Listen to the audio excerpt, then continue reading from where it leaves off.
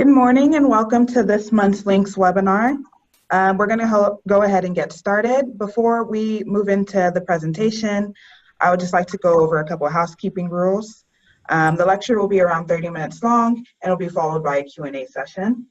We encourage participants to use the Q&A button to ask their questions. The Q&A button is located at the bottom of the screen. Please note that all participants will be on mute and they'll have the option to unmute during the question and answer portion of the presentation. The webinar will be recorded and it will be posted along with the slide deck onto linkscommunity.org. Now I'll hand it over to Dr. Tom Frieden, the President and CEO of Resolve to Save Lives, to introduce the topic and the speakers for today's webinar. Hello everybody, and thank you very much for joining. This is the third LINKS webinar on a different topic. What we're trying to do with this series is really to help grow the community of people around the world working on cardiovascular prevention. As you know, Resolve to Save Lives has as its goal partnering with countries to implement programs that will prevent 100 million deaths over the coming 30 years. One of the key components is the global elimination of artificial trans fat. This LINKS community webinar is a resource for people working to improve cardiovascular health, and it's a collaboration among Resolve to Save Lives, the World Health Organization, the Centers for Disease Control, and the different presenters, including our colleagues from Thailand today. In terms of artificial trans fat, the best available estimate is that 500,000 people die each year because of trans fat in the food. That's one person every minute. Replacing trans fat with healthier oils is possible and would save an estimated 17 million lives from heart attacks in the 25 years after successful global elimination. Earlier this year, the World Health Organization launched the Replace Action Package to eliminate artificial trans fat from the global food supply by 2023 and highlighted it as a flagship project.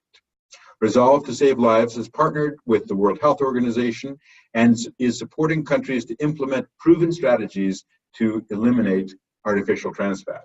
Although several countries have taken steps to reduce or eliminate trans fat, progress has until now largely been limited by high-income and Western countries. Thailand offers an excellent model for other countries to achieve the WHO target for global elimination of artificial trans fat by 2023.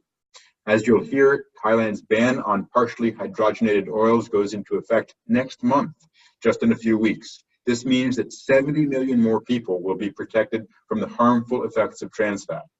I'd like to end my initial comments with some introductions. First, I want to recognize Lindsay Joseph, who has joined us as the LINKS Community Coordinator and will be helping to grow this community. Thanks to Funka for getting us started. Today's presenters are Dr. Vizit Chavasit, a professor of nutrition at the Institute of Nutrition, Mahidol University, and Dr. Renu Garg, who is leading the NCD program at the World Health Organization country office in Thailand. I'll now hand it over to Dr. Renu Garg. Thank you, Dr. Frieden, and hello, everyone. May I have the next slide, please? The main message of our talk today is that removing industrial trans fat from foods is a simple and straightforward policy that will save lives.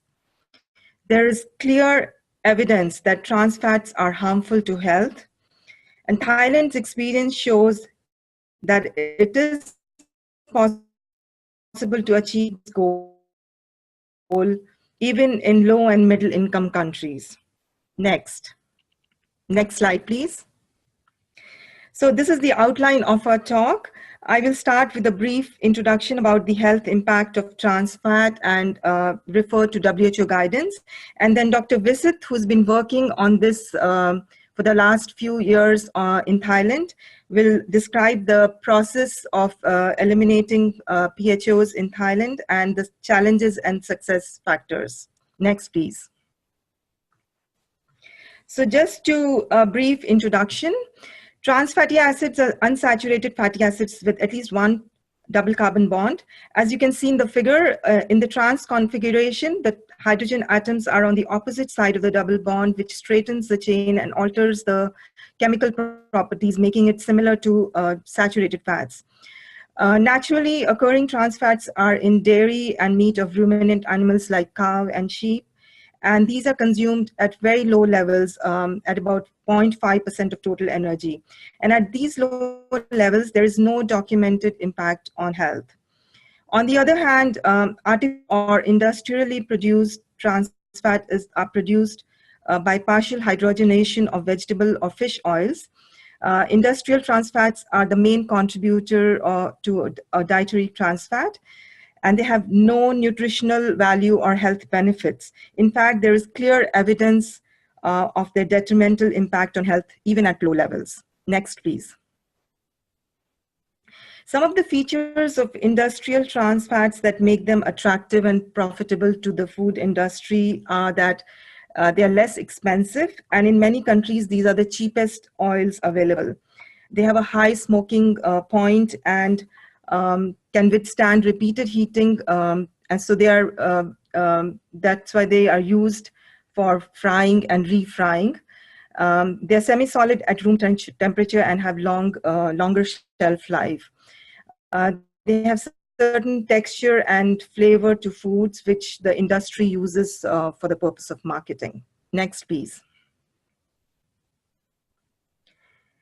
This slide shows some of the common foods that are high in industrial trans fats.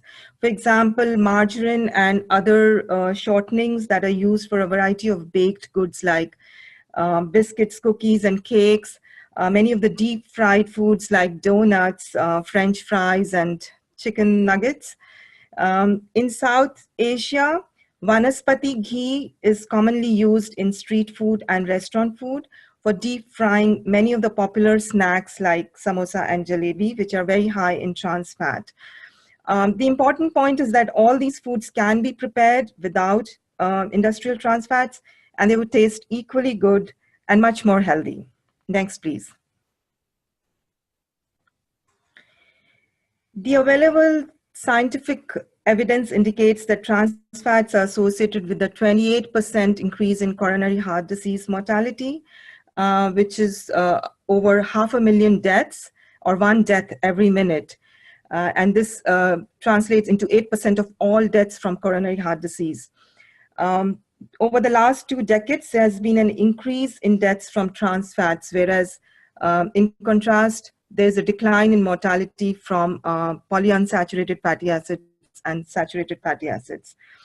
Many of the high-income countries have successfully decreased mortality from trans fats, whereas in low and middle-income countries, in many low and middle-income countries, there has been an increase in mortality from trans fats. So this is really an issue of inequality that needs to be corrected. Next, please. Industrial trans fat is detrimental to health even at low levels. Trans fat intake greater than 1% of energy leads to reduction in HDL cholesterol, which is a good cholesterol, and it increases the bad cholesterol or the LDL cholesterol, and also increases triglycerides and increases the ratio of cholesterol to HDL. There's also evidence that trans fats may increase in inflammatory biomarkers such as C-reactive protein, and they may also cause endothelial dysfunction. Next slide, please. This slide shows that in Denmark, which was the first country to restrict trans fat, the policy led to a significant reduction in mortality from cardiovascular disease, and similar successes have been reported in other countries. In New York, trans fat restriction led to a decline in hospital admissions from myocardial infarction and stroke. In Argentina, a positive impact was documented not only on lives saved, but also on millions of dollars saved in healthcare costs. Next slide, please. So based on strong evidence that is available, WHO considers elimination of trans fat as a cost-effective measure, and the specific guidance is to limit trans fat consumption to less than 1% of energy consumption, which is equivalent to about 2.2 grams per day in a standard 2,000 calorie diet. Also, one of the key indicators for global monitoring in the NCT framework is an indicator to eliminate trans fat. And countries will have to report on this indicator to the World Health Assembly in 2021 and 2026. Trans fat elimination has been included as a priority in the WHO's newly announced program of work. And Replace has been introduced as a WHO flagship program for to help countries eliminate trans fat by 2023. Next slide. Replace is an technical action package to eliminate industrially produced trans fat, and it has 6 elements which are listed here. There are additional tools being developed for each of these elements, and they should be available soon. And more information about the Replace package is available on the WHO website. Next, please. So I will stop here and hand over to Dr. Visit for the second part of the talk. Over to you, Dr. Visit. Okay, thank you, Renu. May I have the next slide, please?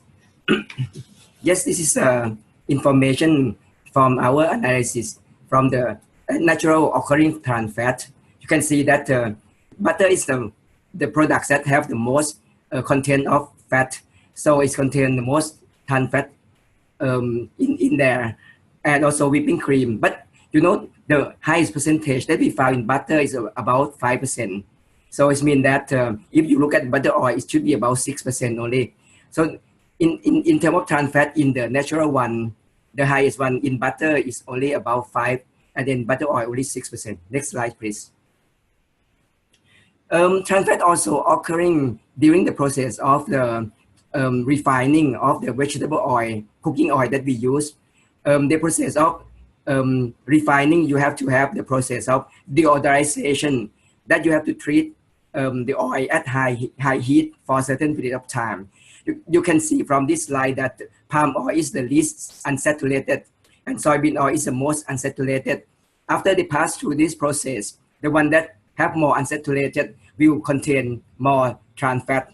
But in fact, from this process, you can have trans fatty acid only about not more than 2%, only 1 point something only. That's why in Europe, they have the regulation on trans fat that should not be more than 2% of oil.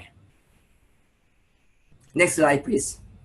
Yeah, from our survey, you can see that the highest one that we found in Thailand is the frying oil that we use for donut. This one is from the PHO, that about 46%, comparing with the one that in the normal refined oil is only less than 2%, or in the butter is only 6%, 5 to 6%. In shortening about 23%, margarine about 15%, and the fried donut that use the PHO oil is about 1 to 5%, and puff and pie at a wide range, or normally it's about 5%. So this is the one that you can see clearly that if you use PHO, the amount of trans fat is going up very high as compared with natural source or the normal processing refining process. Next slide, please.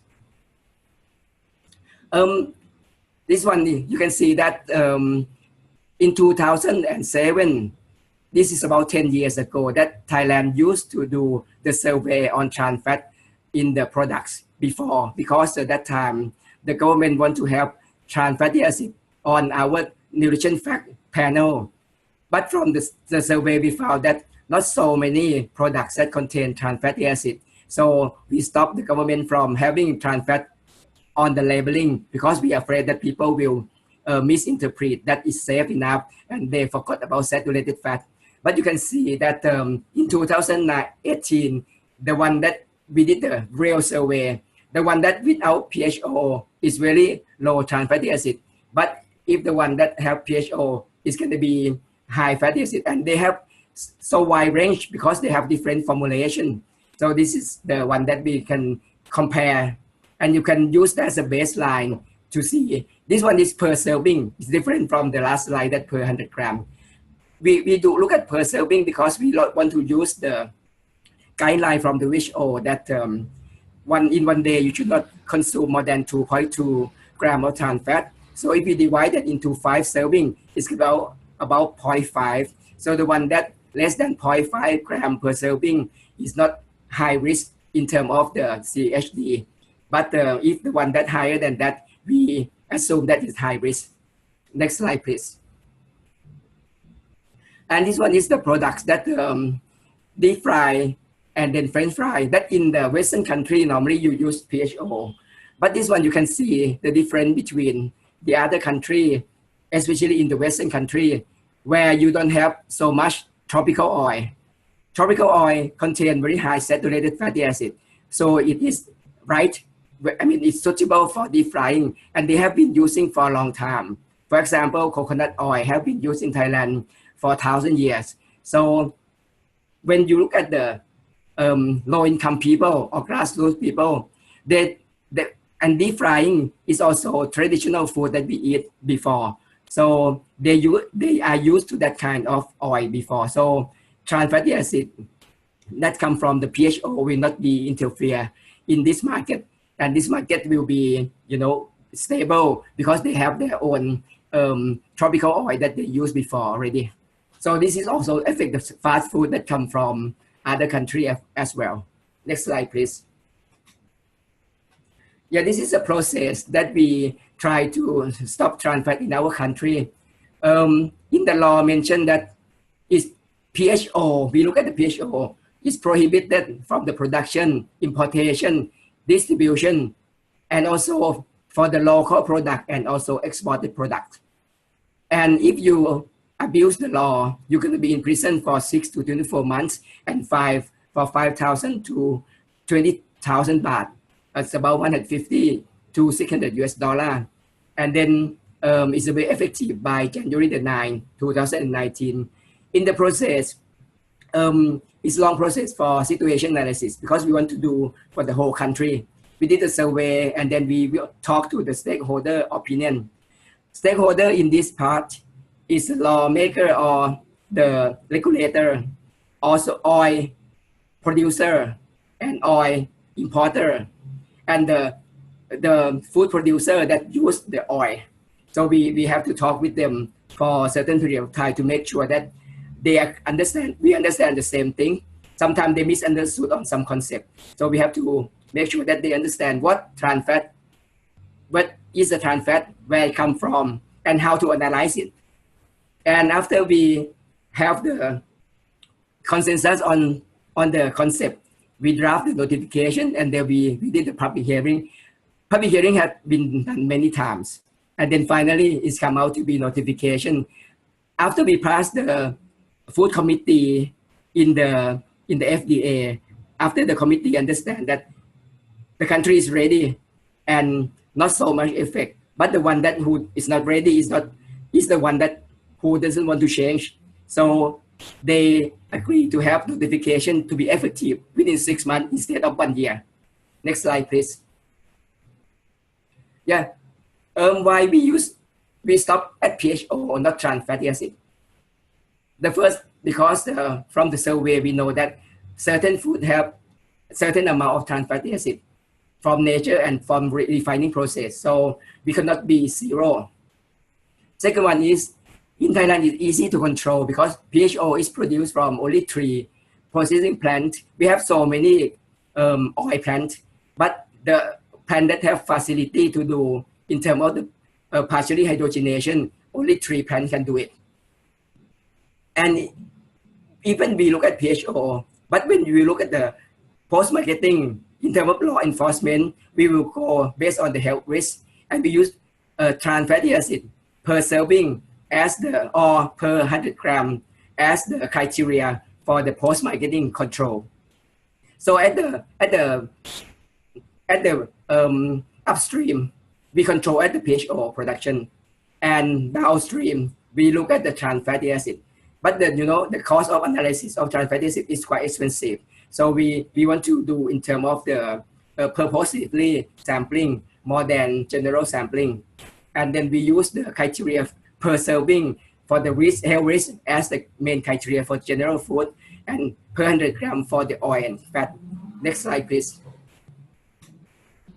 In terms of situation analysis, we review the previous study that have been done in certain organization, and we found that the result come out quite similar. And then we identify the stakeholder, that is a fat and oil producer and importer, fat and oil user, so it's a food producer that local consumption and produce for the exportation also. And the food importer, regulator, laboratory, we want to make sure that they use the same method that have been mentioned by USDA. And then also the consumer protection organization to make them understand the same thing. Communication hosted by academia, because academia is the neutral person. We don't have any conflict of interest, so we can be the one who in the middle. Next slide, please. When we do implementation, we did many focus group discussion. So we have with the fat and oil producer and importer. We did with the food producer, importer, mainly bakery industry. And then we let them meet together to discuss what they want, what they need, and then what is the gap, how can we help them. And then after that, we meet among the academia, regulator, representative from the Consumer Protection Organization, representative from industry, Industrial Federation of Thailand, to draft notification and criteria out. Criteria, in fact, it changed many times until we get the consensus. And then public hearing with all stakeholders. And then after that, Thai FDA Food Committee consider, approve, and set up the deadline. And notification signed by minister, and then announced in the Royal Gazette. Next slide, please. The strength that we have, we did have the situation before, and then we keep monitoring, look at it. Second thing is the PHO is mainly used in the Western food, not the local food. So they were, widely consumed among the medium and high income, not go to the grassroots. So that's easy to manage now. And we got a local funding agency, Agricultural Research and Development Agency, ADA. They commit that they will get the full support until the law coming out. So they don't care so much about the budget. They ask us, whatever you want to do, just go ahead and do it. And Thailand is better than many other countries in the West because we locate in tropical zone. So it's easy to access to the natural saturated oil. And also we don't have so many processing plants for the partially hydrogenation. So it's easy to control. Next slide, please. Since the food industry in Thailand, they did a lot of exportation. The industry, in terms of agro industry, grow a lot. So they are quite capable in terms of product development. And the laboratory, we have the laboratory that can do trans fatty analysis by using the standard method. So this is a good point that we are sure that it is the right result that we can rely on. And the thing is, many countries that we export the food to, they already announced or ban the trans fatty acid. So industry already have some, adjustment on that process, or they already be prepared for something. We already know that local food need to be changed. The local producer, they know that someday trans fat can be banned in the country or will not be accepted by the consumer anymore. So they are somehow prepared for it. And regulator also ready to, to get the idea, the concept from us. And the thing is, we are very close linkage to the consumer protection organization. So when somebody or some producer want to abuse in terms of not stop using the trans fat, the PHO, the consumer protection organization help us, to put on the website. So those producers become more aware than the law itself, because it's something that consumer know already. So they want to adjust or change based on that kind of information that present into the public. Next slide, please. For the challenge, in fact, not so many people know about trans fatty acid in Thailand.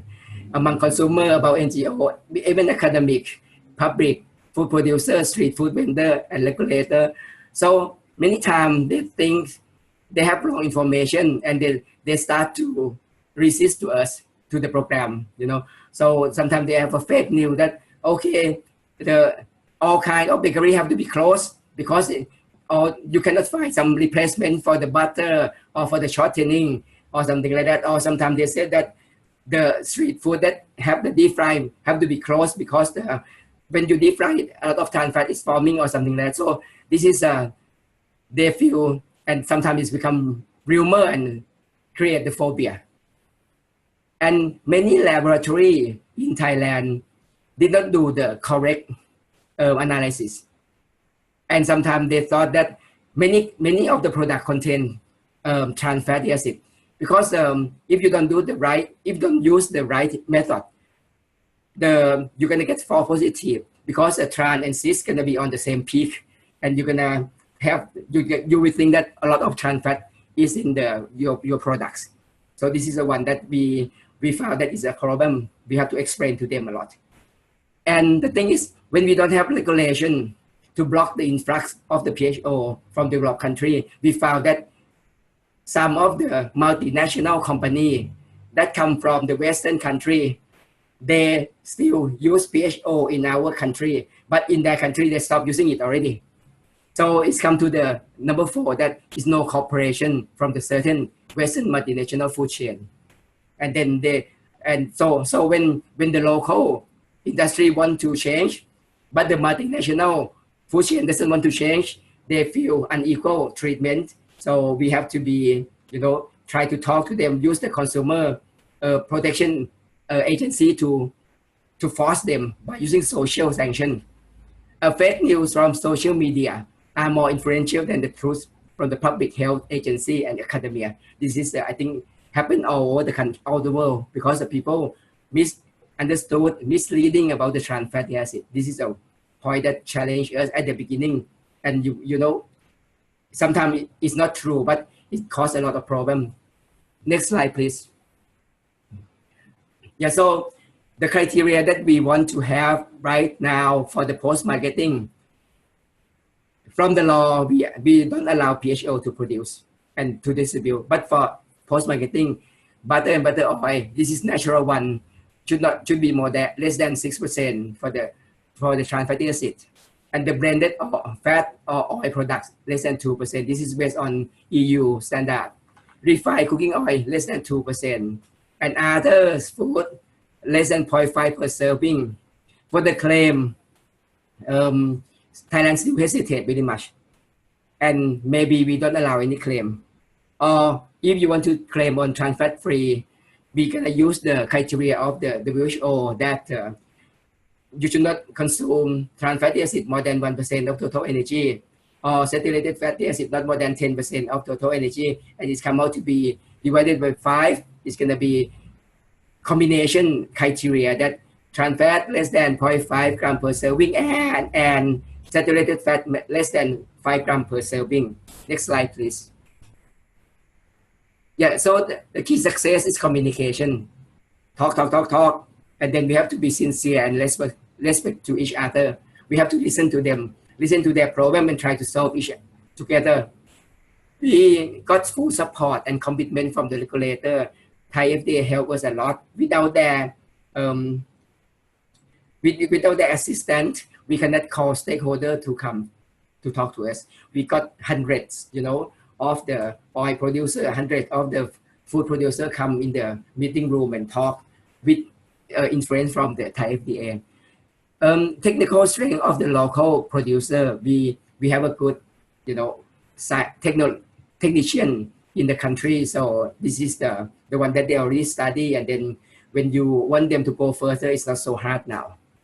And the scientific knowledge and evidence used for supporting academics, technical, and regulation.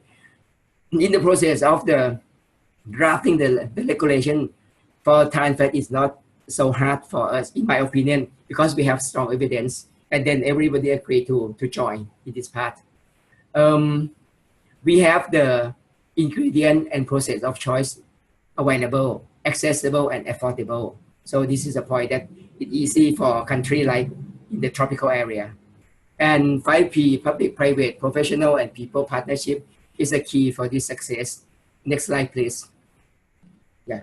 So the next step, enforcement gonna be by 9 January the 9th, and the surveillance gonna be continue. FDA will get support from Thai Health, and InMoves will get the support from ADA to do the survey after the implementation or enforcement of the law. The post-marketing will ensure that the product is in compliance with the FDA.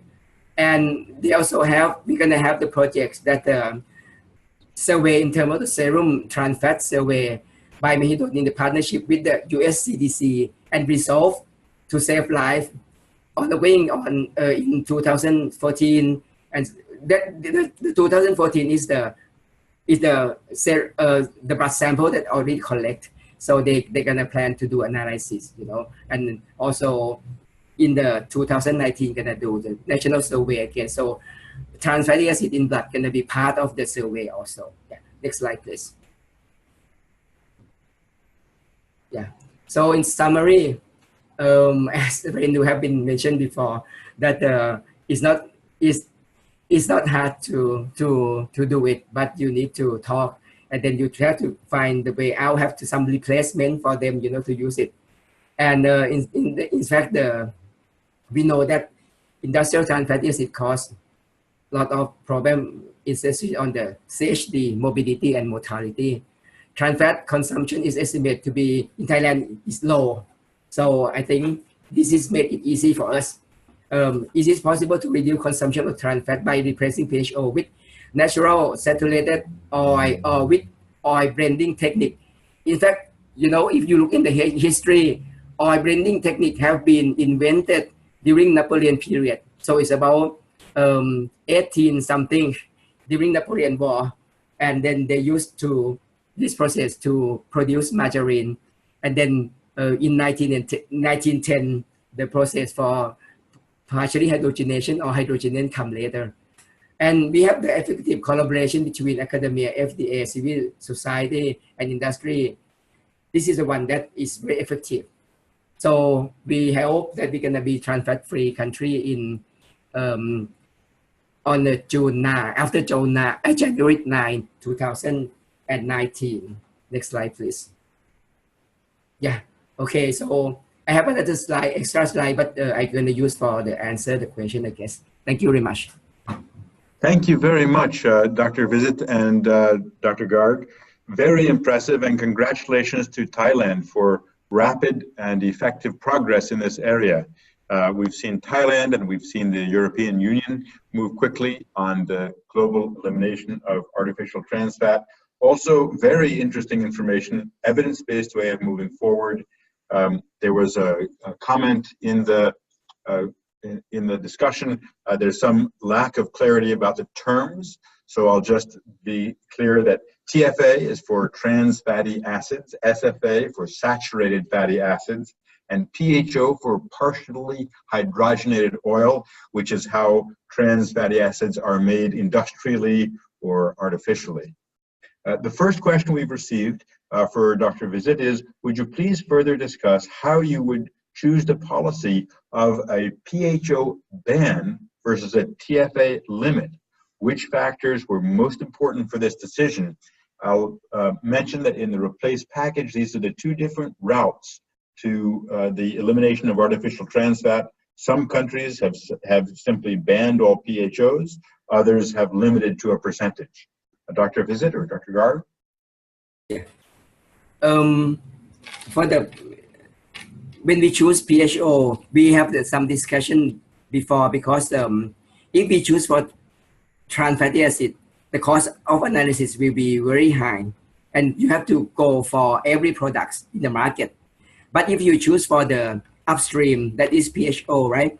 In Thailand, we control only 3 factories, and we control at the custom not to allow them to come in. So that one gonna be more easy.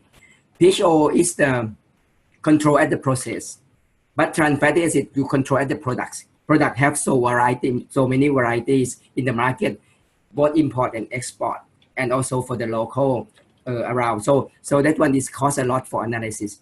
So we designed to use PHO, and then when you do the factory auditing, you look at the certificate of analysis, only that your oil or fat that they use have the certificate of analysis from the supplier that it is not PHO. So it's easy to control.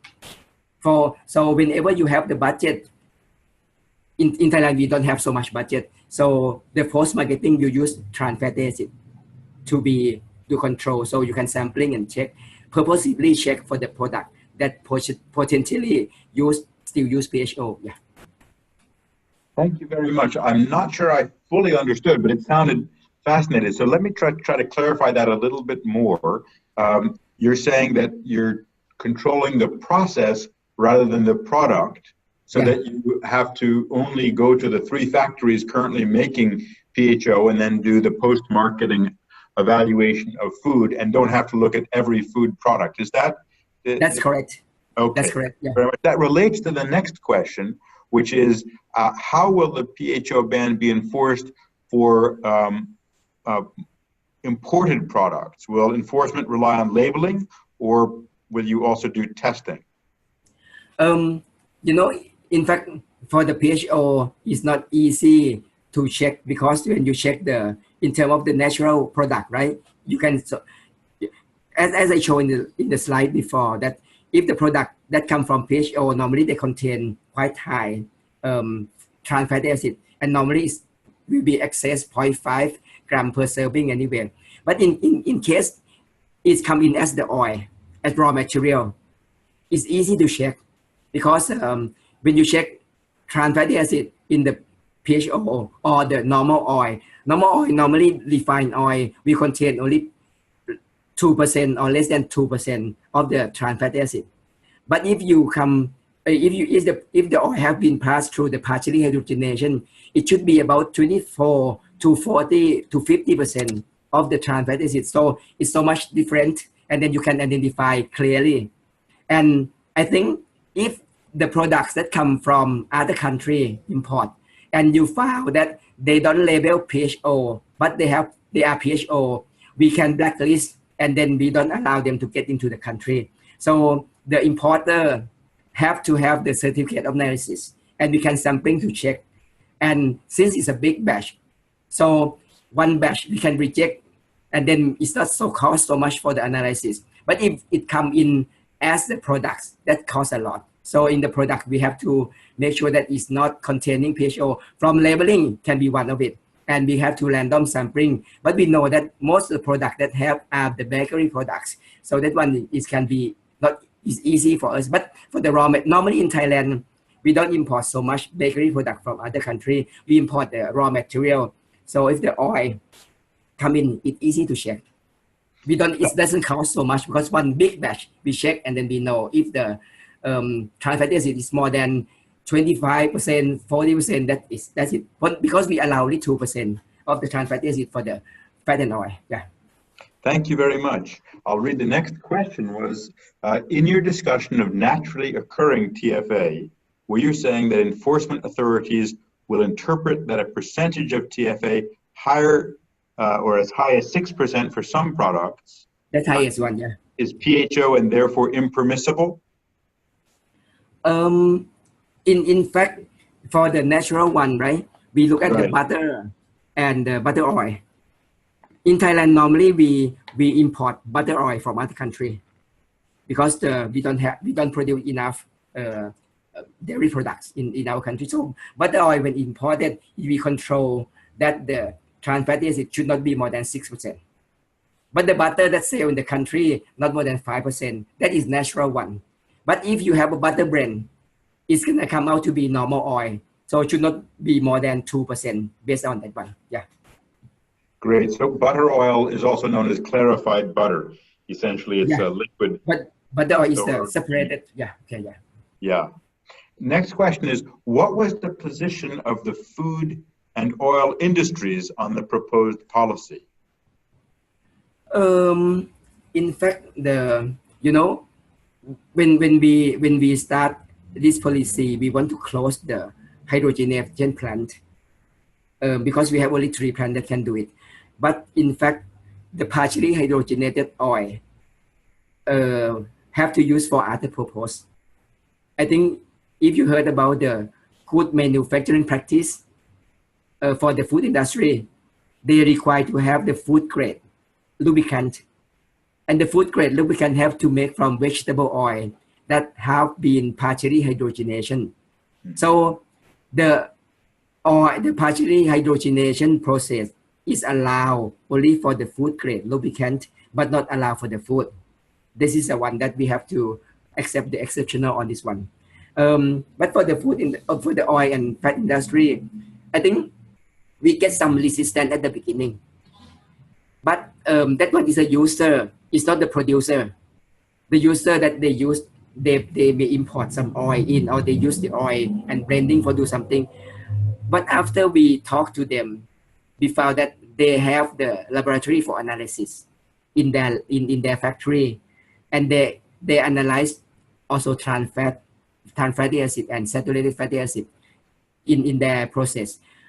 But they don't use the standard method for analysis. So many of them, you know, at the beginning when they resist very strongly, after I talk to them and then I check for the analysis method is the wrong method. So that time, at the beginning, we don't know why they resist so strong. But after that, they said they have very high trans fatty acid in their product. How can they survive or something like that?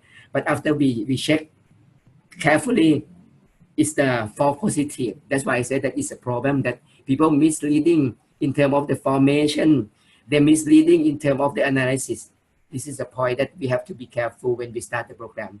And many people thought that repeated use oil cause trans fatty acid. That's not true either. So resistance from the low-income people that always use the repeated oil, they also against us. Sorry. Thank you very much. If we understood correctly, there were some inaccurate analyses that made some of the industries think that the ban was going to be broader than it actually was. Yeah. And there is still some use of the PHO for food grade lubricant. Yeah.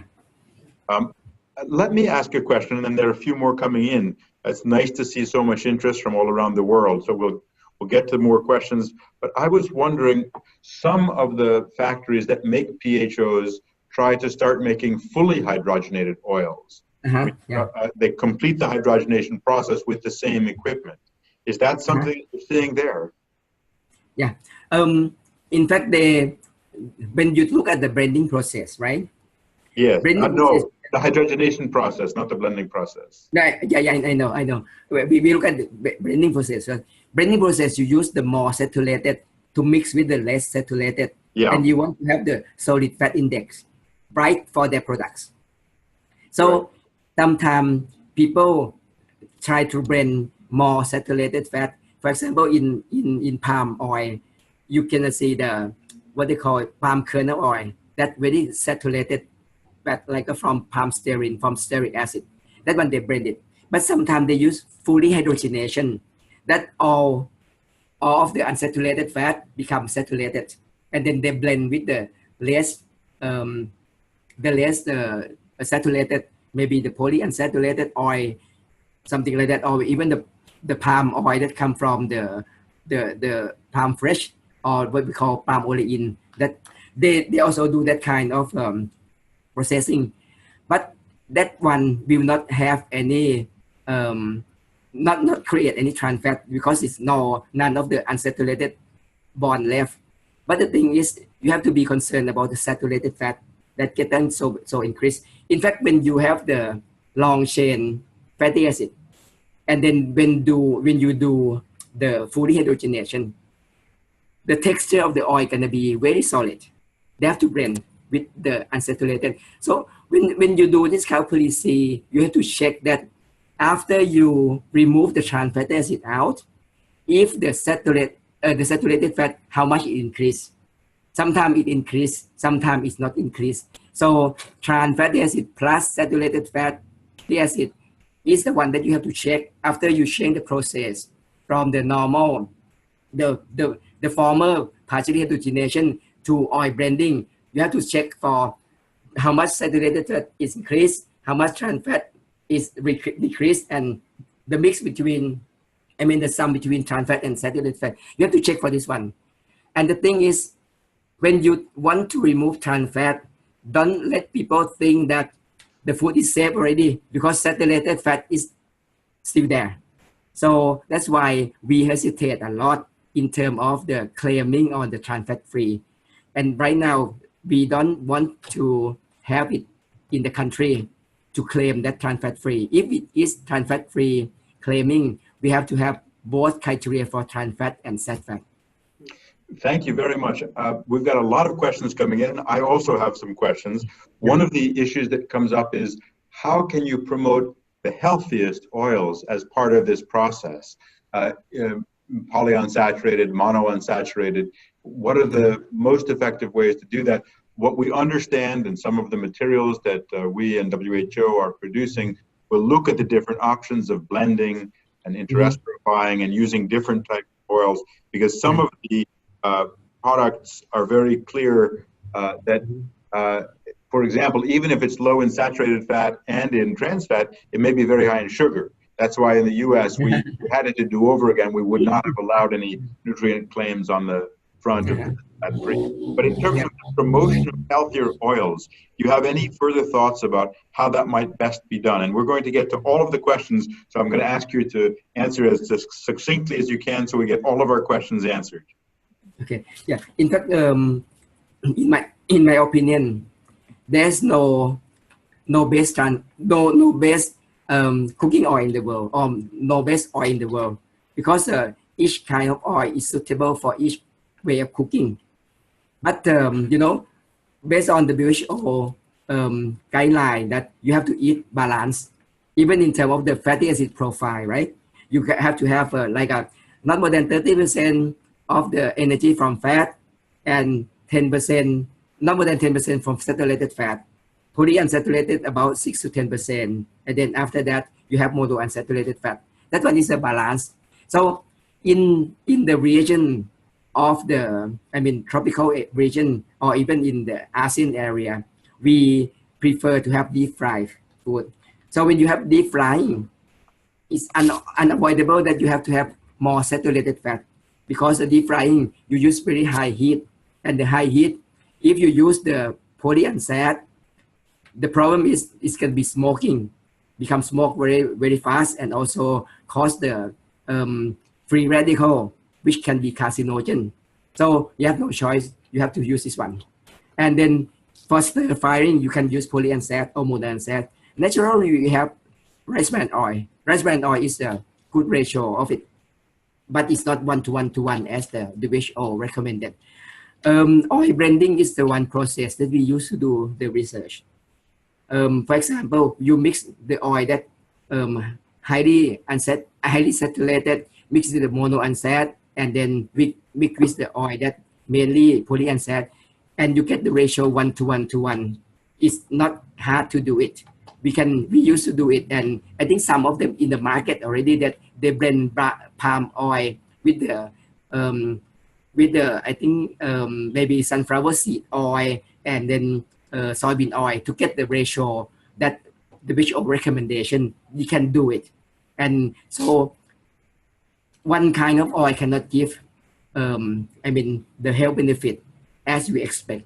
Blending is the good thing that they can do it. And also, if you use the right oil, for example, today you eat deep fry, you have the one that more saturated. But if you have stir fry, you can have polyunsat. So eat variety of food is the key thing, that you use different way of cooking.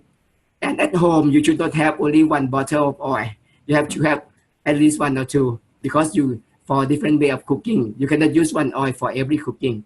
You know, but blending of the oil is one way that is more economical, I mean safer for the cost, and also you can have the more healthy cooking oil at home. Yeah. Thank you. This is really terrific information. So what we heard is, one thing you can do is do less deep frying. Another thing you can do is use blended oils, where you might blend a more solid oil with a more liquid oil to get the right consistency with as healthy a pattern as possible. Next question: were civil society organizations involved in pushing for the policy, and if so, how? In fact, we try inform them at the beginning, you know, but we have to inform them with the right information also, because civil society sometimes they got a lot of information from social media. So when we understand together, they can be very powerful tool for social sanction and social pressure. From our experience, we have before we issue the notification, right? We did a survey the market, and we found that not so many products in the market that containing high trans fatty acid. But the thing that very upset to us is the multinational food chain in Thailand. One or two of them that have very high trans fatty acid in their products, and the chain is from the country that banned trans fat. So it's very upsetting. But you know, the Consumer Protection Agency or Consumer Protection Association, they sampling the products and they show in the media. So we try to, in fact, before that we try to warn that multinational food chain, that want them to stop using it, but they said that they will not do it until the law coming out. But after the Consumer Protection Organization, they put their result on the website, they stopped using it immediately. Very interesting. So a really great role for civil society through the Consumer Protection Organization. Yeah, very good. Next question. Following up on the question about industry, did the Thai government have any subsidies in place for TFA heavy products such as certain oils? And if so, how did that affect the policy-making process? No, in fact, the industry is quite capable, you know, because as I told you before, that they have a choice in terms of the natural choice. Another thing is they did the exportation to the country that banned trans fat before. So they did already do some research and development. In fact, when I got the budget for the research in this project, I got part of the budget for the research and development for them. But when you have the meeting with them, right, 2 or 3 times, I try to ask them if they need any help. They said no, they can do by themselves, and it's gonna be confidential between them and the customer. So they don't want us to involve in the middle. So this is a point that we feel that they are so ready, and sometimes they give us information that what is the criteria that for us to check. So I think they are quite capable, and they are partly be prepared, you know, but they wait for the law to come out to enforce, so they can tell their customer that stop using it. We have a choice for you or something like that. Yeah. Thank you. That's very interesting, very helpful. I think what industry wants more than anything is predictability. They want a level playing field and predictability. And I'll tell you a story from when we banned trans fats in New York City. McDonald's came to us and they said, please don't tell anyone, but we eliminated trans fats from our French fries 6 months ago because we saw this coming in, and we've done blinded taste tests, and we know they're no different, but if people hear that there's no trans fat, they'll think it doesn't taste as good. So we don't want anyone to know. You're right. The same situation as in Thailand, the donut industry. The next question, and I'm taking these in the order received, and we'll get through all. We've got 7 more minutes, but we're going to get through these next at least 4 questions and however many more, so we'll answer quickly. How are countries dealing with pushback from the processed food industry? Frequently, they stand strongly against such bans. And then there's a third part of that, which I'll address briefly. Where do we have information regarding consumption of TFA by country? On that last question, we have some global estimates. We think they're based on quite imperfect data. We're working with some market research firms, and we'd like to continue to make available testing of foods so we get some better sense of what's actually happening in the market. But Visit, over to you in terms of the pushback from the processed food industry. I think, as I told you before, that some of them have been prepared for that one, right? in Thailand, as I told you that we have only 3 plants that do the partially hydrogenation, and they have their own customer in their hand. So normally the partially hydrogenation is made based on tailor-made. So they know the customer and tailor-made to the big industry, most of them. The small bakery house, that local one, they buy from this supplier, and many of them, they don't do the PHO because they just use the natural blending oil before already. So the pushback from the industry, in fact, is come from the one that mainly they don't want to change the recipe. They wait until the law coming out, but the oil company already have some recipe prepare before them, because they know that this can happen one day or another. And the other thing is some of them don't understand. So this is a pushback that they against us very strongly, because they think that, oh, if this doesn't happen, my ingredient contain very high trans fat and I'm not ready to eat. Even the supplier, inform them that there's no trans fat in their raw material, but they check by themselves and they think that's a lot of trans fat. Sometimes they use the refined oil and then they're blending only, but the result that they check in their laboratory is wrong. So this one is the pushback from them, but normally not so many that we have the problem. Yeah. Thank you. We have 3 more questions that we're going to answer very quickly, so we'll end exactly on time.